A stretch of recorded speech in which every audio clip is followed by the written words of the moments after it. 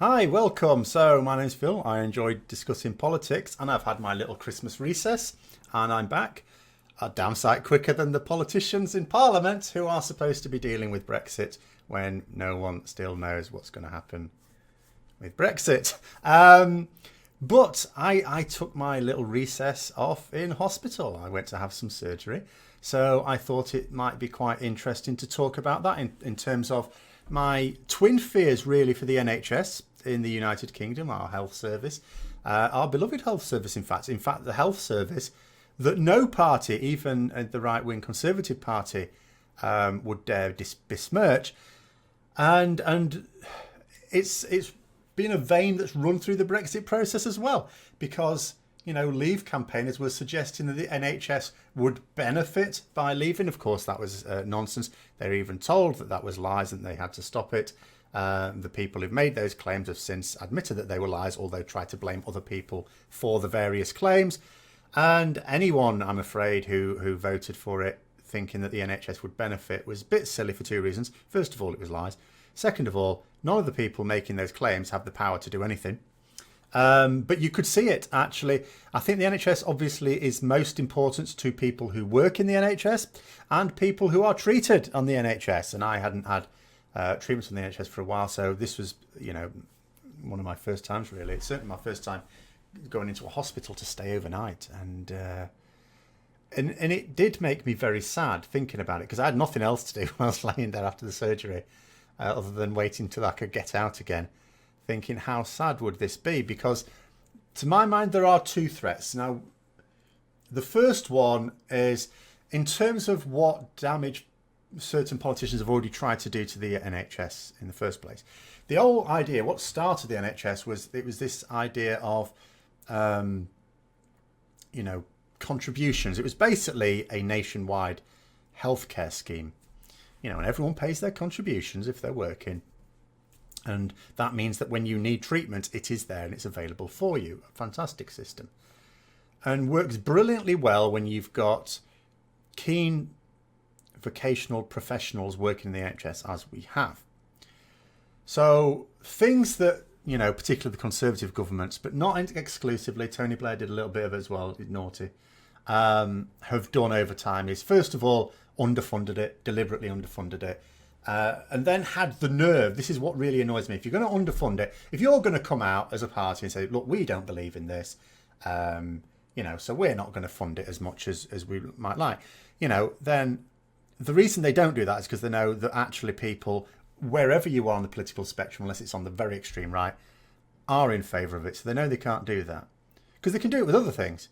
We know full well that certain governments are usually quite open about, look, we agree with these things, so we're going to fund these things. We don't agree with these things, so we're going to try and slash the budget on these things. No government, even the current one, ever will say we want to slash the funding, reduce the funding for the NHS. They never want to say that. They always want to say they've increased the funding, even when it's a blatant lie. And in fact, usually what happens is the way you get to do it is by doing little fiddles. Like, you'll say you've increased the funding because it's increased as an actual amount, but when you take inflation into account in terms of the amount of money it's getting, it's actually less, because of course if the money you're putting into it, you haven't got as much left over after you've had to pay the wages and all the rest of it, then actually you're not, in real terms, you're not paying as much.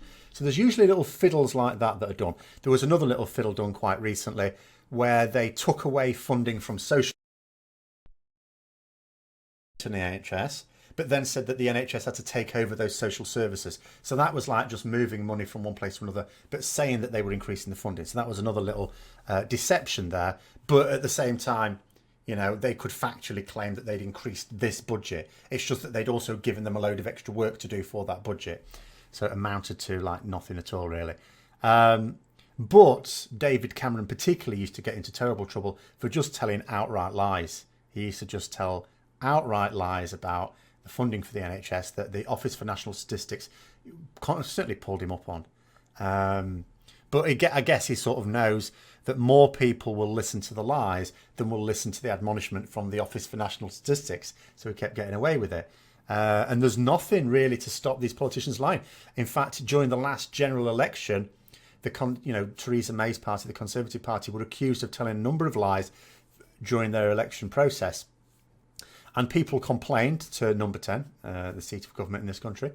And the response from Number 10 was, it's up to the opposition to call them out on any, lies, which is appalling. So there is no system in place that officially stops politicians lying in this country, like blatant lies, not just fiddling figures or anything like that, or presenting statistics in a way that is misleading. Just outright lies, they can get away with that as well. It's fantastic, isn't it? But yeah, so the twin threats for me are, the first one is, because the other thing they've done, as well as effectively underfund it, is increase privatisation, which does the same thing. Because what happens, this is my argument with any form of privatisation, even when the private company sort of knows what it's doing, is you create a situation where if something's publicly funded, then they'll have to pay for staffing, buildings, maintenance, materials, research, all the usual things. That's what the money goes into. When you're a private company, you still have to pay for all of those things. Only you've then got a layer of profit on top. And obviously it's the job of the people who decide how the budgets are spent to maximise that wodge of profit as well. So it's not just that there is a layer of profit and therefore that's taking money away from the other things. It's their job to maximise that wodge. But you've got a bigger problem with something like the NHS, because you have companies in two different ways that mean that our money is being even less efficiently spent. One, you end up with large private companies who want to grab as many public service contracts as they can. There was one recently, I keep forgetting the name of it now. Interserve, that was it. That's basically, very close to going to the wall. They're talking about doing a rescue package. These are a classic example of a company that had a particular area of expertise, but then just wanted to expand and expand and expand. So now it has public service contracts for things that it doesn't really understand. It just knows that it's easy money, because the government are determined that private companies working in the public service should work. Particularly conservative governments, they're desperate for that to happen. They want as little to do with the country as possible. They are a classic small government party. They don't want lots of public services. They'd much rather it was all privatised. So yeah, the other problem is that you then give the contracts to the lowest bidder. You don't really consider quality that much. There was more rigorous consideration of the suitability of companies bidding for a contract for the national lottery than there is for public services. And then, of course, what happens? So you get this company that's got all these contracts in lots of areas of public service, including outside of its own particular area of expertise as a private company, and they're bidding as low as possible. And then what inevitably happens is they end up in financial trouble because they can't, they reduce the service down to the bare minimum. They pay their workers as little as possible, which in a climate of high unemployment is, never mind the employment figures. Remember, the employment figures, off the unemployment figures, if I put it this way, are removed people who are not actually paid for their work, but as long as they've got a contract to do work, even if it's a 0 hours contract, they're still classed as employed, or at least they're not classed as unemployed. So you've got high enough unemployment that you can afford to pay people peanuts for the jobs. You've got all these things that they'll do, and they still can't balance the books because they just put in a bid to get the contract and completely underestimated what it would require, and because it wasn't in their area of expertise, and then that public service is then in jeopardy. So then what happens to happen is that there has to be a bailout, which means more government money going into it, into this bottomless pit. And then when you think about the NHS in particular, it's such a large organisation. I think it's like the largest employer in Europe, like literally the largest single employer in Europe. So there's a huge amount of expertise there, which can, in theory, be shared. But unfortunately, that sharing is not as great as it can be because the NHS is broken up into individual trusts, which, first of all, makes it more difficult, I suppose, to share good practice. Not impossible.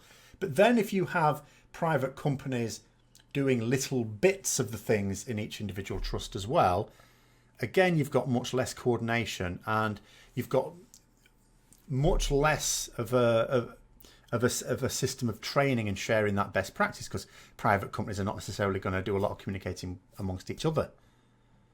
So the net result is that whatever money the government say they're paying into the NHS, because a certain portion of it's going to private companies, that means it's going to straight profit. So you've effectively brought down the investment into the NHS whilst being able to say that you haven't. And at the same time, you're providing a poorer service.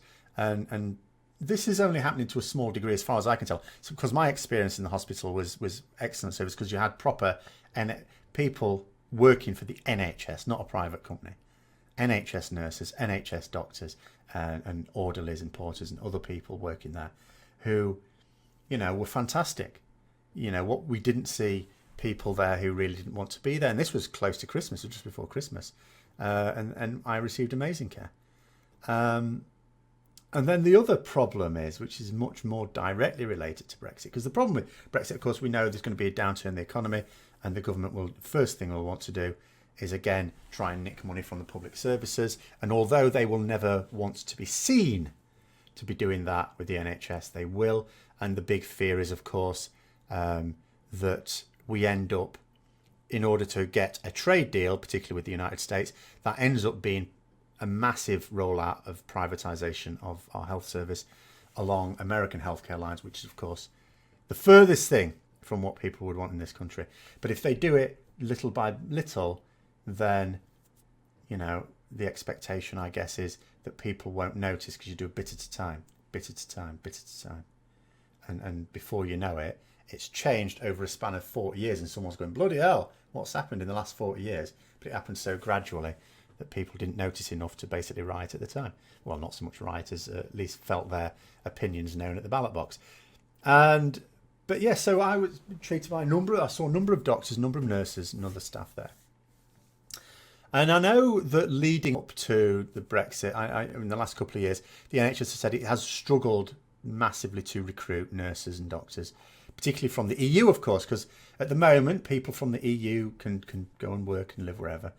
But in the uncertainty, they're not quite sure what they need to know. Now, we're all sort of fairly sure that all of our governments are going to sort of still honour, if people have moved here to work here, that's still going to be honoured. Even in the case of a no deal, which is probably what I should talk about in a couple of days, because the EU have announced what they intend in the case of a no deal. As long as it's reciprocal, but the EU have basically said that they're quite happy for British people to carry on living and working in the EU, as long as it's reciprocated. But the problem is, because it's not formal, you've still got that level of uncertainty.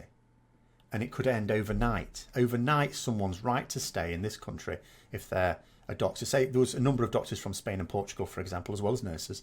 That if that right to live and work here disappeared overnight, and it's not like they can just fill out a visa and get that done in 5 minutes, we're in real trouble. We're in real trouble. Now, you would hope, again, that the government would recognise the effect on the NHS and go, look, we need to fast track these people at least to make sure these are okay.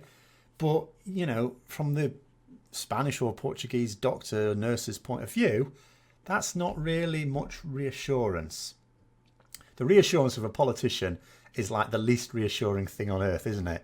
And so, so they've struggled to recruit. And when I looked in this ward and I saw so many people from the EU, as well as some from outside the EU as well, but in particular EU ones, I just thought to myself, we would be completely buggered if we crashed out. And even if it would sort of be okay for a lot of those workers, if more of them just felt that they weren't going to be safe and secure, because who wants to be told, oh, by the way, you need to leave the country tomorrow, or you can't work here anymore, your job's ended here immediately. Who wants to be in that position? No one. So, we could end up with an even bigger recruitment problem. Because that's what people can't get into their heads. We simply cannot supply the sheer volume of skilled workers for certain areas of our economy that we need. We rely on migration all the time. We have done for over 1,000 years, for goodness sake. And it would be a real shame. And I'm sort of staring down the barrel here. I just look at this thing and I'm thinking, I was just sat in that hospital bed and I was thinking to myself, you know, I grew up in a certain world, in a certain country. And I'm looking at dying in a country that's not my own because, I'm thinking, well, the United Kingdom's probably not going to be the United Kingdom when I die. And I'm going to be looking and telling people about, oh, it was marvellous in the days when we had the NHS. Because it's not going to be sustainable if it's not handled carefully. And of course, I'm not saying it can't be handled carefully even in the event of Brexit. But has anything been handled carefully up to now? And we're talking about an institution that the current government's party, although publicly says it supports, when you look at actions speak louder than words, and when you look at those actions, their actions have always been to undermine it and to destroy it. Are you going to trust them to take care of it when they can't even take care of the things they genuinely do think need taking care of? I don't. I'm worried, very worried. But anyway, that's my little personal experience of my stay in hospital there. I hope you enjoyed the video. If you did, don't forget to give it a like. Subscribe for further content if you haven't already. Click the bell notification if you want to get notifications of that further content. Share it with other people who might also be interested. Until next time, I'll see you later.